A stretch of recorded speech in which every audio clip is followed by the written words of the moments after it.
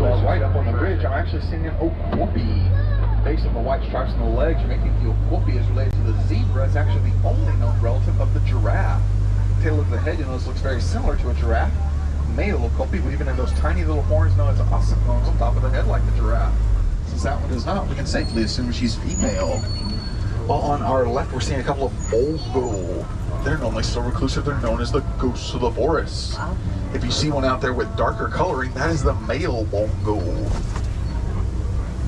You might be right if you watch Magic of Disney's Animal Kingdom on the Disney Plus streaming service.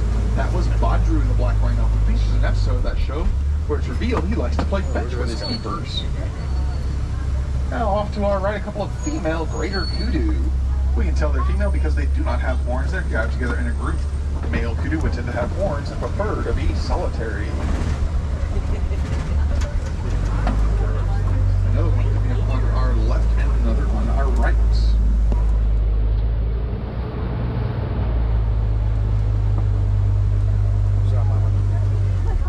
Also, friends, on our left, I'm seeing a couple of saddle-billed storks, those large black and white birds back there.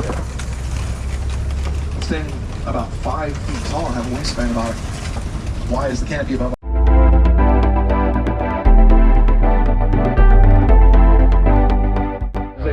A float of hippo.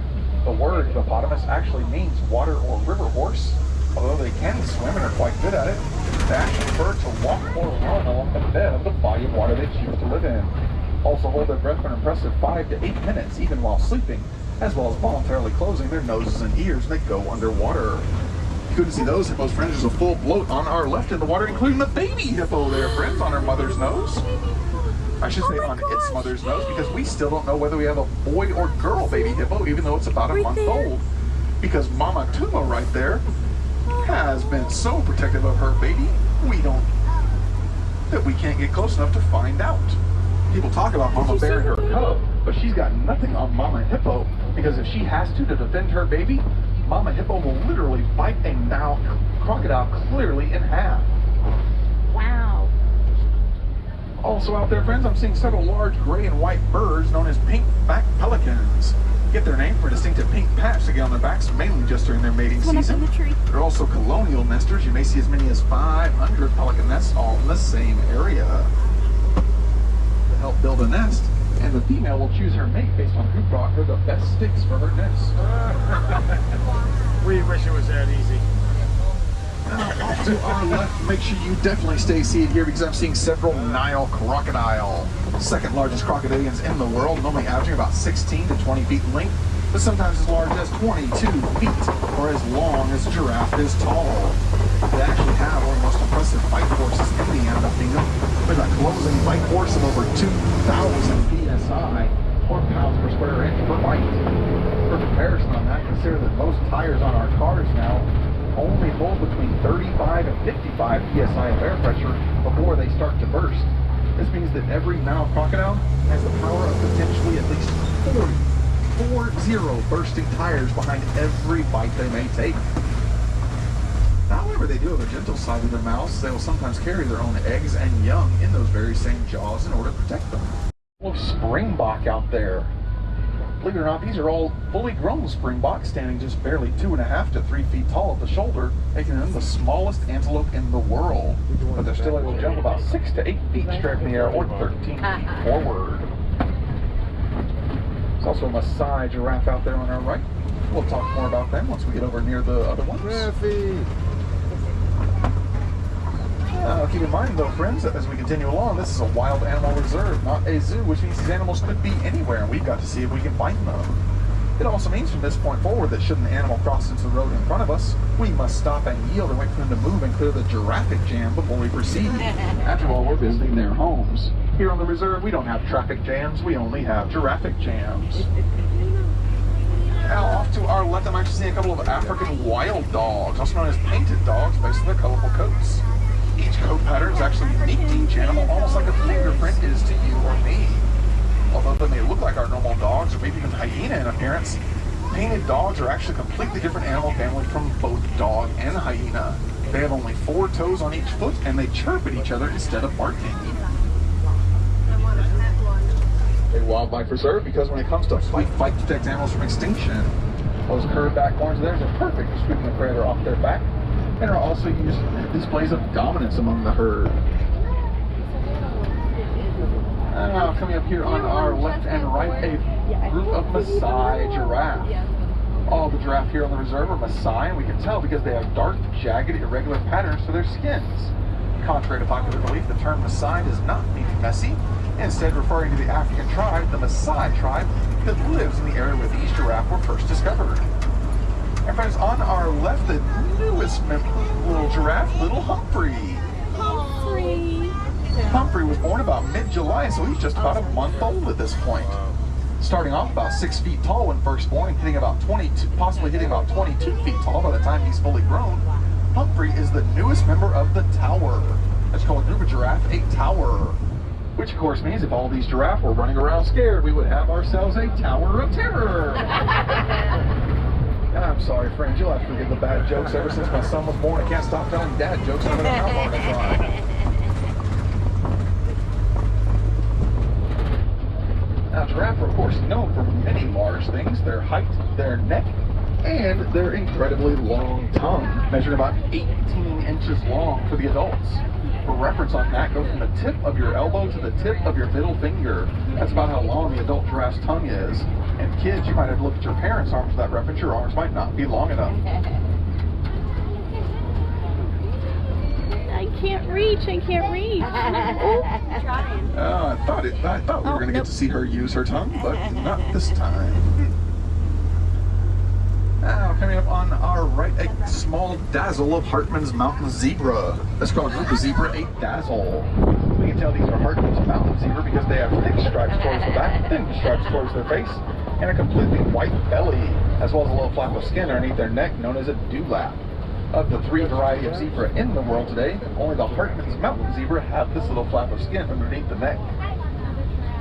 Also out to our right, friends, I am seeing a couple of wildebeest and a female Patterson's eland, that large tan antelope. That's how we can tell she's the female, because she has a tannish coat and looks a little bit more slender. The male, if we find him, will have a dark gray coat and look much more muscular. They're actually one of the tallest antelope in the world, standing just about 6 feet tall at the shoulder, but still able to jump about 6 to 8 feet straight, or 7 to 9 feet straight in the air, or about 15 feet forward. They could actually hop right in the truck with us if they so chose. Thankfully, they've never chosen to do that to me.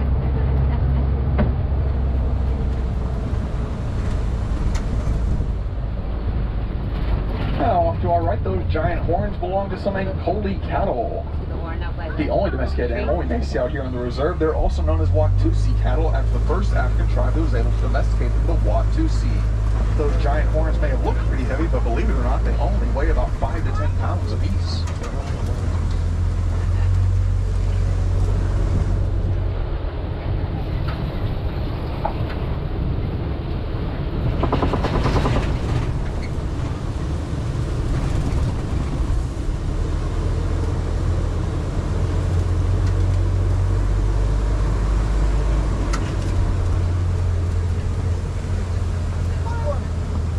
Friends, off to our left, I'm actually seeing a mandrill roaming around out there.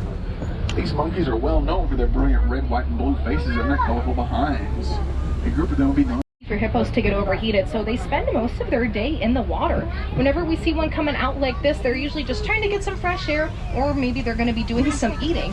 Unlike the rhinos, hippos are grazers, so they like to munch on the vegetation that grows on the ground along the riverbank.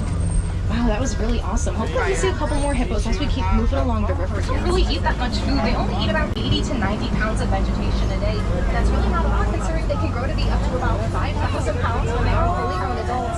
And the little baby hippo, she was born just about a month and a half ago. She likes to hang out with her mama down there in the water. Hippos are pregnant for about 8 months before they give birth, and those cute little babies that pop out can weigh anywhere from 80 to 100 pounds. They get to live all ways away from the maximum weight of a 9.5 pounds.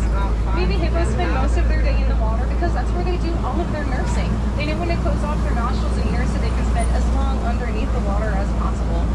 We're also seeing lots of birds hanging out over here. These black ones are African vultures, and the white birds we're seeing are pink-backed pelicans. They're one of the pelican species. We take a look hippos in and out in the water over there, but they do need to be moving along. Looks like after these waterfalls, we can see some Nile crocodiles hanging out down that river. These guys are the largest species of crocodile in all of Africa. They can grow to be about 16 feet long, weigh up to 500 pounds, and look also pretty big. They also like to eat whatever fish they can find in the river. We have the Maasai giraffes on our reserve. There are a couple different species of giraffes in the world. You can tell these ones apart by looking at their spots. They are pretty rough around the edges, and you can see a lot of that lighter brown color poking up from underneath them.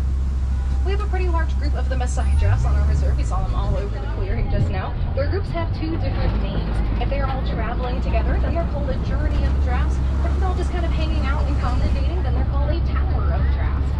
These are the largest species of monkey on the planet. They're probably best known for the really bright colors they have on their face. They have those bright red and blue facial markings, and they even change color. They get a lot more bright and vibrant whenever the mandrills get excited. It's pretty similar to how we'll blush in our cheeks.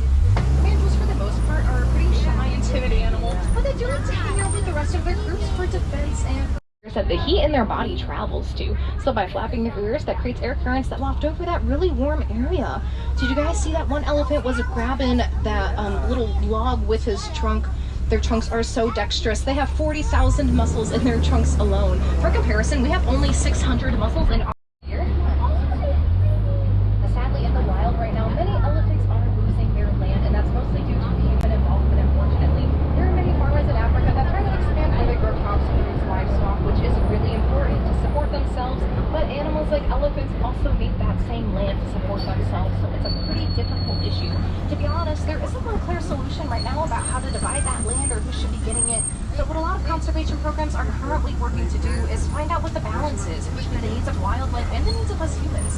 Everything in the wild exists in a very delicate balance with each other, and hopefully we find out what that is sooner rather than later. We need to do everything we can to protect these animals, especially elephants. They are a keystone species, which means that they influence their environment, and they make the savanna more livable for every other animal that lives out here. And one way that they'll do that is just by eating. Sometimes elephants will bulldoze down smaller trees so they can munch on the leaves that grow at the top. And by doing that, they're clearing up the canopy of leaves that cover the savanna and allowing the sunlight to shine through and grow the grass. A lot of the animals we just saw depend only on that grass for all of their nutrition throughout the day. So again, by doing all of their eating, elephants are enabling other animals to eat as well. Whenever we find elephants on our reserve, and out in the wild for that matter, we find that they like to gather in super large open clearings like this one, where there's lots of vegetation growing nearby. One elephant can eat up to about 300 pounds of vegetation in a single day. So they do want to make sure they're sticking close to areas where that food is provided for them and the rest of the herd. So we're going to see another elephant coming up here, particularly on our left as we're coming around this curve here. We're going to see her come up here. It looks like she's got a little bit of dirt or dried mud on her back over there. A lot of times elephants will use their trunks to pick up dirt and mud and fling it back onto themselves on purpose, and those objects will act as a natural sunscreen. They have very sensitive skin, so they will throw that dirt and mud on themselves pretty frequently to protect their skin throughout the day. Let's keep moving along here, everyone. It looks like now we're going to see a group of greater flamingos hanging out on this island over here on our left. Our group of flamingos is also called a flamboyance of flamingos. These guys are the largest species of flamingo on the planet, and they're also the lightest pink in color. Flamingos are born more of a dark gray, and then they turn pink over time with the more food that they eat. They eat a lot of green shrimp, which have a protein in them called beta-carotene. So if those baby flamingos have a chance to ingest more beta-carotene, that's when their feathers will start to turn pink as well. Keep an eye over on our left side as we're coming around this curve. We're going to see some white rhinos hanging out over here, punching away at this lunch over here. Now, white rhinos are a lot larger than their relatives, the black rhino that we saw a little bit ago. These guys can grow to be up to about 5,000 pounds. They are quite a large land mammal. For their size, they can definitely look a little intimidating, but they are super gentle, non-territorial animals. White rhinos get along very well with a lot of other species of antelope and birds that they share this land with. But just in general, white rhinos feel very social with each other too. The female white rhinos will take part in what's called pair bonding. That's when one female rhino picks out another, and they'll become best friends for the rest of their life. And after they bond, they never leave each other's side. They eat together, travel together, and help each other raise their young too. And then keep looking over on our left, friends. Up in these trees, we can just see a couple of cheetahs up there. They're camouflaged gosh, it's really serving them well. They are a little difficult to spot. Cheetahs are such a beautiful animal. They're super unique too in lots of different ways. They are the fastest land mammal on the planet. They can run a little faster than 60 miles per hour. They can't keep up with speed of time. Just for a couple hundred yards. All the running cheetahs use their claws and their tails pretty extensively. Here's a couple more up ahead on our left. Friends also my mysteries over here. Cheetahs like to leave out their claws when they run. It gives them a lot of traction on the ground underneath them. And they stick out their tails too when they're running. Their tails are really muscular and strong, so by sticking them out and slightly moving them from side to side, that allows cheetahs to change direction and stay balanced pretty easily. Closely in this vegetation on our right, friends, we can see the small brown antelope called the water buck. Oh, there's a couple of them over there. At Shooter, they're named the water buck. Love to be in very aquatic environments. They drink an unusually large amount of water for really any antelope, but especially ones of their size. They're very small species of antelope. We really only see them active out here on the reserve whenever it's raining, because of course they like that moisture. Or when it's not raining, we'll see them hiding out in vegetation like how we just saw, looking for any sort of moisture or puddles they can find over there. Keep a close eye. Oh, there's another water buck really closely on our right, friends. Now, as we're driving around here, keep a close eye up on these copy rocks on our left. Sometimes we find predators perched way high up there. They like to be up there because that gives them a great aerial view of the grasslands all around them, but they can pick out their prey a lot more easily from up high like that.